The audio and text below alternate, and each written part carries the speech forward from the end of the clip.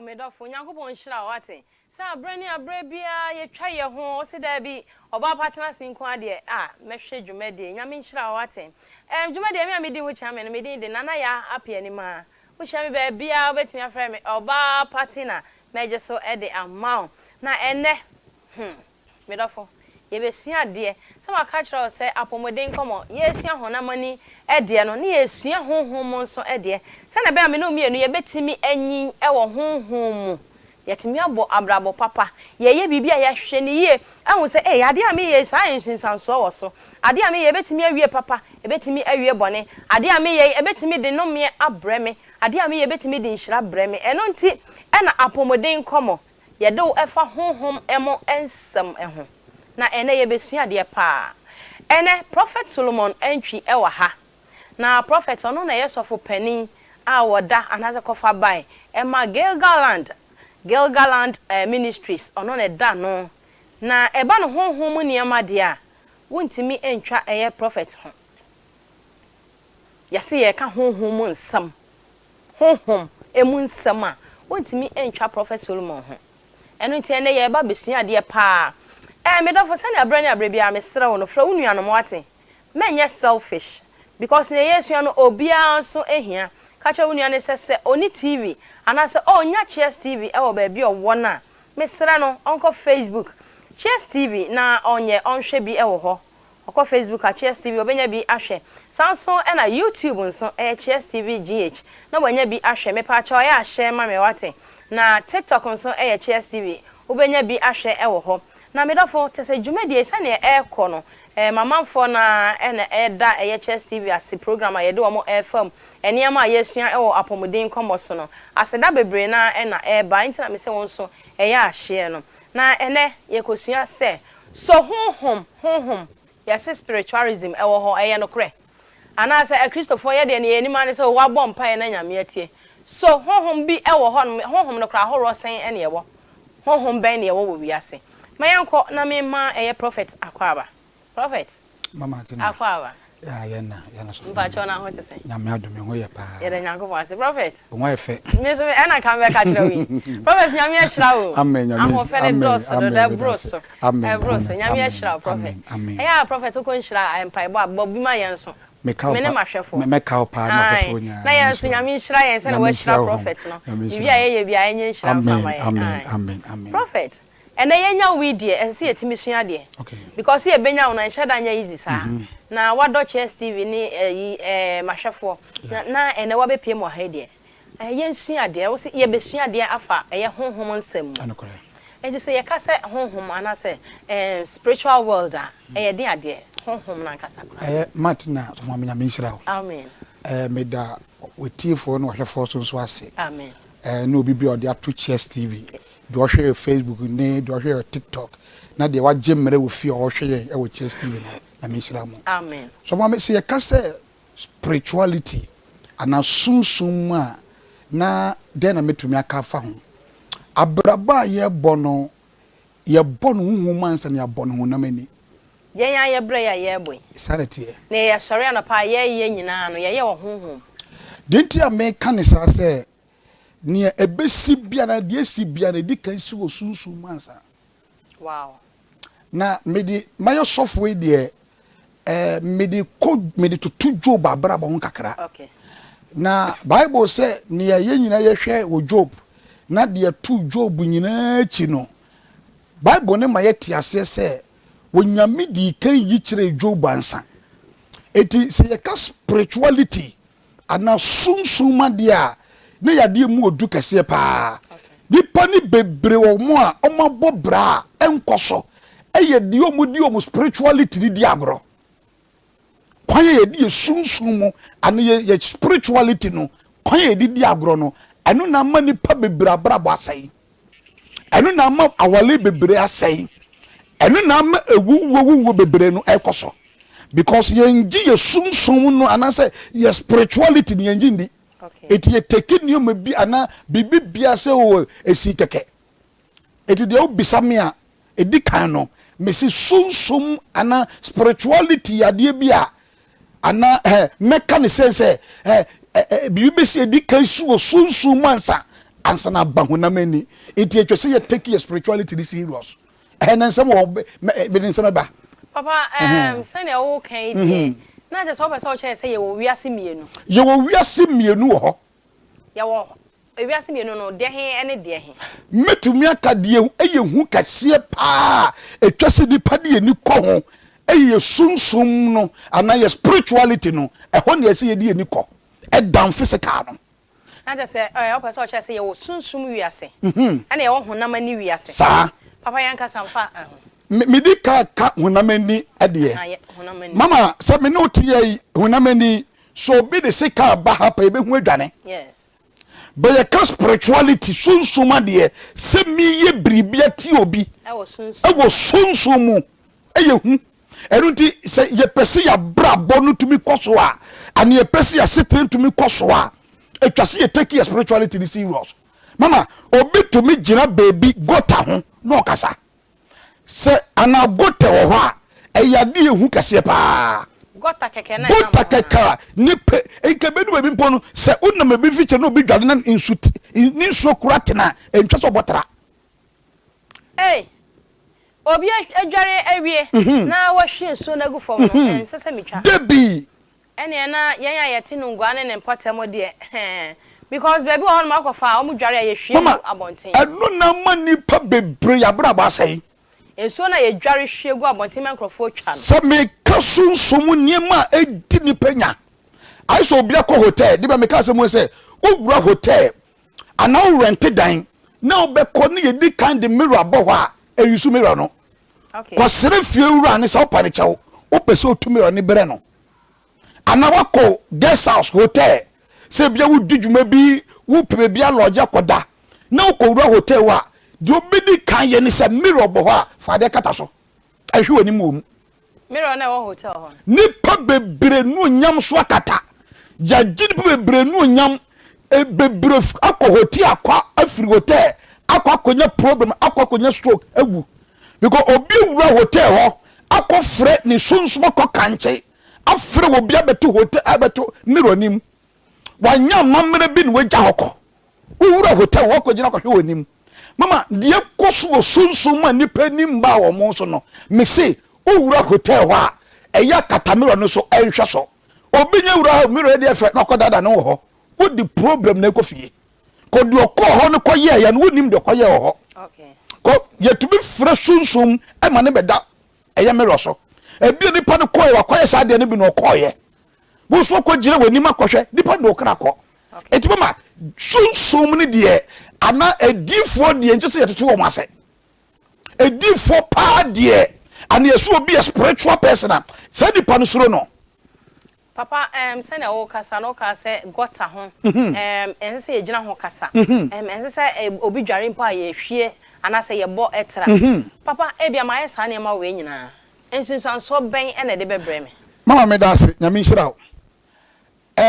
nipa bia no wo opese wo hu se wo huhum ana opie kwa bonten no wo di eye enshira na no mie bi ana bibi di wachi ba fia ye wade be ma kire ansa na ma firi akọ ye da se papa ma kire tiefo no obi bi o hwe bia ma kire no because ye obi bi wo ha atwase wo pie fi abonte bedu fia ese o krense ho okay mama ye de niema di agoro niema koso wo sunsun mu a me se o pie akwa abonte bedu fia atwase wo krense ho okay eti wo hwe ye nuanum Muslims fo ni nkrofo bi wo ha onfa ne mpabo because baby yoko nante ye no wonim do kofa fini ho baaye wonim ade edi na chi baaye eti wo baby wo kwa ye mu be dwa spiritual bath aso to mewura ho enti nipa bebre nipa bebiedri gota asema meken gota ya ade bia ekuta tumi papa gota ordinary gota ye hu gota ye dia mama se uyo ba metufu se enta montra gota se ade da so na wo fa so akode a mini problem na mom wo botra no eye hu sen se wo fie from ba efuom eba a wo bo eye intina na ye budua to na wo botra no gota na wo tra na ye hu se wo tra dua si se a friend say you intinia it be pie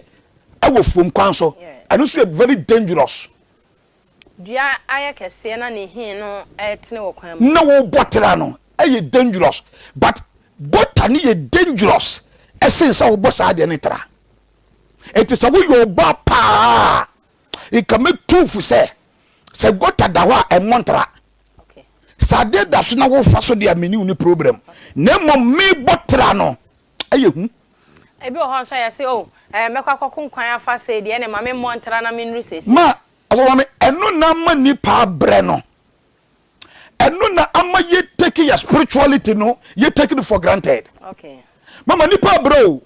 ni pa bre metuma kan say 99% Christians and ebre ko ye nji sunsum ni emendi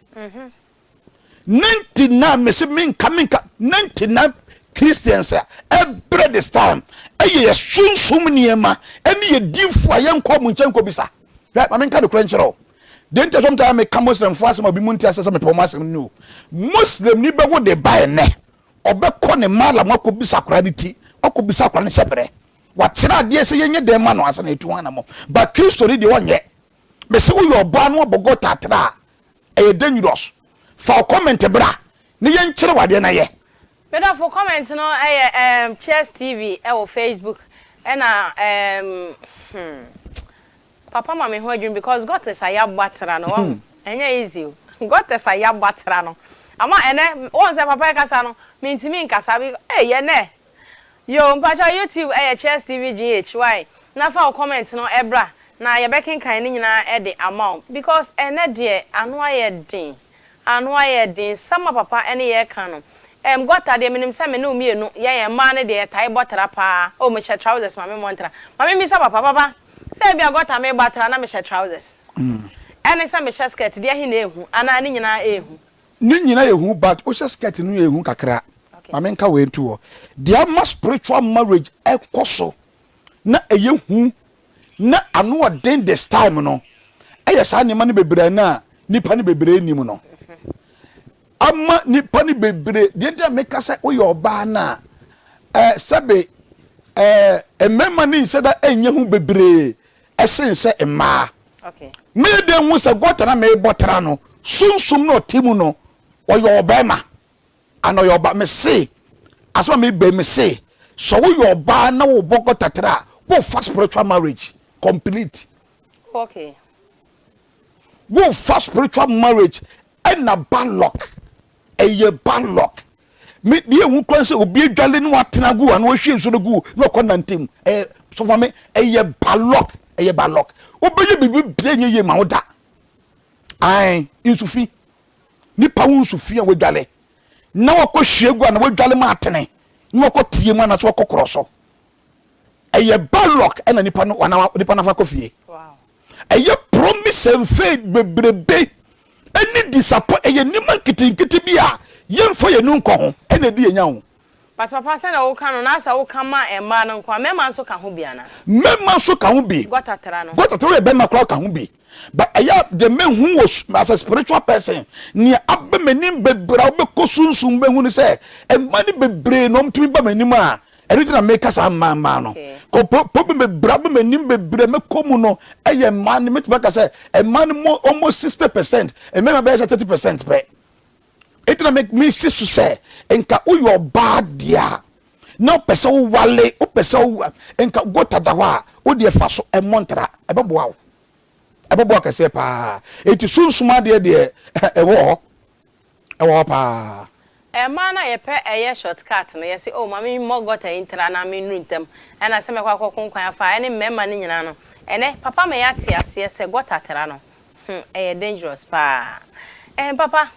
o kasa no o kasa sunsumu wi ase ne besi no esi wo ho no mansa na ade kye abaso ene se ye to special voting ye nim se abato so be koso papa nti no o pesa o kire se special voting ye de kan ato honhom wi ase ansa na ne ye to obi bi obeka se ye abato ye to no spirituality kan o twandro oboa anya no kore se ya be ye sunsum nipa na ebetumi ba ye nkyɛn ebe bisa se de na ebe kwa yetumi ko sunsum ko hu de ebe ko no ne yetumi ka che nipa tu nwa na mo no etimi so obetimi be na so abato de nyame ye interested hu bia ye interested wo hu eti se wo so me se wo bisa me se election ye to na se special vote ye tu ye a edi case na dada o abato we se na dada o eye call card ye keke ye di council di pad in o Jubilee House na papa na ba chen no be fa nyame pane ebe koso anu na meja so de mu kra kan se ma kire nkrofo ho anu a obi bi oba so le bia be hu asama meka ho me see special voter here that say where ye to enanu enti no obi je bi na obi di kai je hu adwuma dada sabato no kra ya to awie dada na short fie wada o short wo wonim se wodi hene anani agi o commande everybody to us who the top and so no hey somewhere koso kaka marriage at so ma pono mi nimu no tonko we kokon David no be take over be for David be traso short wo ni afọ de chi eti de obi mi obi afọ party bi afa na koye sunsuma de kese ya waje na ebe shocking crofo eti so wo bisa me aye sunsuma de sacrifice wo papa se ansa na beto aso ma ya ti asesa ba na ya to awie ntina na papa sunsum wiase no wa hu se hwana ne be fa abai ana we declare me declare se na mawie okay enra nearly declare me declare wie me aso de page ba ko a na me ka se ya so ni sports person o later ko hu de me kan ye me ka once man se me fi akọ because it was ye ka na ye ma Ghana ni wiase wu se ye we di focus wo Ghana ha ama ni be bi koso a ye difo na si nchen ene ye fa kire be hu mo kukuam papa anya say ye adifo no asi nchen o but who say ebo ho no adifo baba be ka say nyame sesei later on no asesa na no te say ne nansan ya ekọ so yi ohu eno ntina asa adifo no bebre na me ye nhada nyemu ni because na mo be ka say me kaisa sofo usu be mpa be ka say former president Mahama nyame reject no de akonya ontimi ni biem afede e kire o se nyame se wayi ne sound science ombra ma Ghana fo bebre na na ekasa enti no asadi fo na mo ka se nyame se yade e chia na se nyame kra o twa yentro eno na ama asadi fo se ye nhada ni mumugidie no ma so fo nyame nhira o ame nhira no ye papa wusu be mpa asam na obeka ye no kwan bi so no nan kan twa so kasa that time metume gina platform yi so any TSTV afefo oye papa me panasem pa that time nan kan so kasa okay debi nyame yi kire ne se president Mahama be fa no entwa se nko kasa metume aka ni prengo fidikase we su se yaw bebra papa ni femu no ai no nam so kasa sem no okay ai but nyame na soma no metume ka se that time no nyame nka bibia nkere no o de yaw se papa ni mu dan na me ka kire so pe bi se na nke twa se MPP fo ko ne nchen ko pana chew serious papa no wo mu mpo mama papa ni ye sunsum ni ba okuta tumi okay se be ko ye 2016 2020 yen tenase ni yen bi ma se difo ni ye tin sama papa ne ka no ye bi ni yesuro se party ni pufo ni wini a obetu atra Ghana ha mama ye ka sunsum ni ma awom sa sofo ni bi ye ni ma enwu hia but spirituality no egusu ho ye pa wusu ben pass ma wodi be mu me say mistake MPP fo ye betna ho ko ewiase awie ye ese wo mo ye mistake so man ko wo wusu ben pa okay o mo ye mistake enu ni wo mo downfall na se aka kire ya na so mbetimi aka kire empenfo ni bi minim de ko so bia empenfo woman bia owo wusu ben pa so de dem a o ye MPP ni panyin akọ papa no office asama me kai me yeso eko obi nka nkire me o ba ye sunsum ni pani bi no ye nim de ekoso okay ba mi koda fom suye egu wusu ben panim papa no ko ma bibu ye ba ne papa ne hia se o kasa wie no no expect se mpemfu ne beba papa da dwen nyina no but o man ko obi eni wo koye enu na me fie e won no papa de waye ne matia wom e waye ne ma wo waye ne matia MPP abekwa agesi wom oh okay yes ba men ka do be wi ne me se ebekwa agesi wom papa send your work and de na tese ne se ne sie Reverend Owusu Bempa ene MPP fontem no na esi wo wiase spiritual world and sana ba na no de ensi wo ho ayensem bebre ayensem bebre pa o metumi aka ne se esi wo ho dada eye spiritual battle bi a eye Owusu Reverend Owusu Bempa eye prophet any another prophet bi abaye eye banter between one mienu no ema eye MPP okay we pese mi kuta party no we su pese mi kuta party no we si mi na me kun wo sunsun mu we si de bi ende me sum na enti eye banter eye spiritual thing papa ya we asana making oh okay min kasa ma no yo na bi wa papa ya enkubitwa me ende me kan se wanya ne ye yo na bi wo ho a enti na me kasa no kan wan kasa ye okay on kan ye nkai so kasa yo papa yan fa eno anto nchen na yan ni nkomo ankasa se wa me ye hu se bibi ebesi bia no esi e was spiritual world and sana abam me yo ba me was spiritual marriage me ye den e na spiritual marriage no kra no metimi abreki ana se neta so me no so e den na me ya mentimi enya spiritual marriage so for me nyame nsira woni o question na me expect so be bisa sa question we pa nipa bebrebre awa brabom efa wale ye hu both a man and woman nyina na ade ba ko a this spiritual marriage ba ama me kase edi ni penya this time eye so was spiritual marriage a ma wontumi nya wale ye okay sa umpo wale mpo a the problem e ba wale ye papa ene meka ne ba ko for sa o was spiritual marriage na wontu one na mo a unya hu ani jeda e wa wale titru so wale ya mama nka de ba ko me say so was spiritual marriage na wo hwe yan na wa wo ya we so spiritual marriage a ade atumi anase obeyeden hu se mo spiritual marriage mama nka se we obi was spiritual marriage be man ne mbeda obi mu so obi an ne ndaye but obesu de ye se e ba se dachi ma obesu da ye se eba ehinachi anasa oma akwala nufuo yo na bi wo a enne be kire se mo spiritual marriage okay adia spiritual marriage etubi di ni penya yeah you obini obema na tia no ni oba na te everyday problem ma utumi se oba na bema na ye na sedie se wo ye se ni emfa problem mba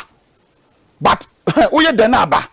etwese sa nipa no woko hu osunsum nipa bi do hwemu hu se de bi a spiritual marriage and edi unya and that's spiritual marriage so was spiritual marriage at the promise and faith and eba okay e ma be mani niema nkoye mani da so ba ne wo papa me ba cho mama mi say promise and faith and as spiritual marriage man kwa na e ware wo e wo spiritual marriage and as mema so mema de ne dangerous papa I say mad mema de ne you so we oba na oni be ma wanya all spiritual marriage tia oba bre bruta sanko fo na mo hwe oba okay omo hwe mba omo hwe oba particular because spiritually no on wale bia sa hom no kro bedi kan wale no ansa na mpo be wale wo anasa ono wo nante edi sa wo ye oba na oni be ma wanya spiritual marriage tia me ba chaw mpo sa wo wale mpo a so mama etwase nkoko hwehwe be ma na chi sunsun mu fam emu se de be ma me ko wale ye ko hwe abusue mu ansa aye nhwe ye sunsun fam de no eti wo yo ba na so ye be ma person ko wale a be ma na one se so ko hwe be ma nim so our spiritual marriage no ba na so ba no so the same thing okay aya e man de en se da nyahu bebre ba oba our spiritual marriage be ma wale no e se da nyami hu bebre sin oba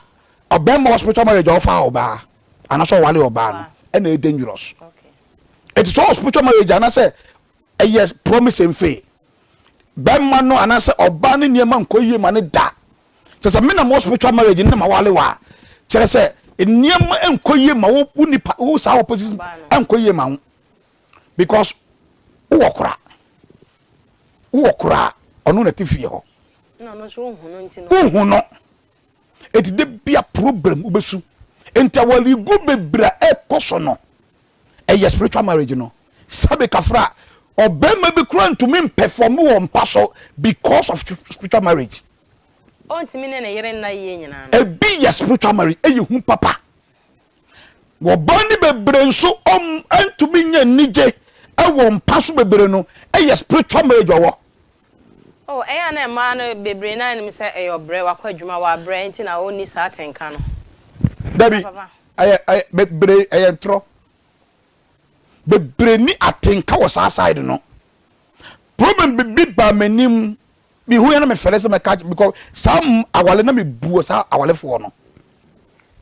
Eti wo mu free wo no nipa nam so dem ba nipa ni fo na me frɛ be ma no. Na me kyerɛ be ma se ni me ntu ho na mo. Eti oba bi wo a enye bere ko oni be ma ne ti eda ho na oni atenka bi ama be ma no. Eti sa wale we na se san krofo menu we amantu men separate no de kwa wale ma ena di problem ba no. Enti na papa say na wo ka no e bia me was spiritual marriage empaibo ebetimi asay ana se betimi twetwam dia empaibo etumi ye prayer take away fear empaibo eyi ehun free ho oni pa bi obo mpaye pa no nsura de. Okay. Oni pa bi la oye prayer for sadi pa no nsura de. Eti prayer ain't to me is spiritual marriage in free ho. And to me 1 minute going to me 1 minute and to me breaking free ho. Papa na say na wo kan de ye nim say empaibo na etimi say bibia na wo ka say empaibo ntimi nyi fro efie ene na den ne betimi a break is as you never be ho e so na chiwade anana na chiwade de kan ma ne ko. Okay, ti yakoye Christopher e den ne be ya ya ware ana say honhoma ware ana say be ma na wa ware yen no ye be ye amana free yen chen. Ma minka se mpaibo entumi embreki but mpaibo nko a entumi mbreki no. Okay. One day Yesu nam ko Jericho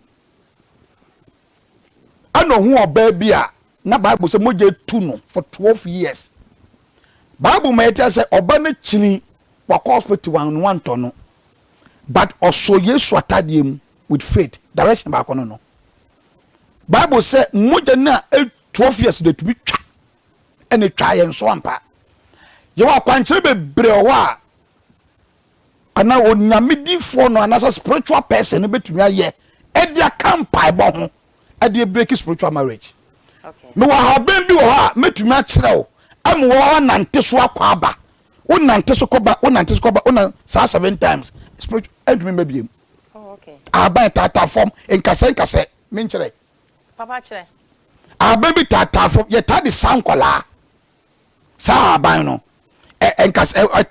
ye tata from yes una uyi mpabo nante so koba nante 7 times per entumi mabiem. Papa den so wo aye nature yes you are deep mama you are deep wa ode wo hwa me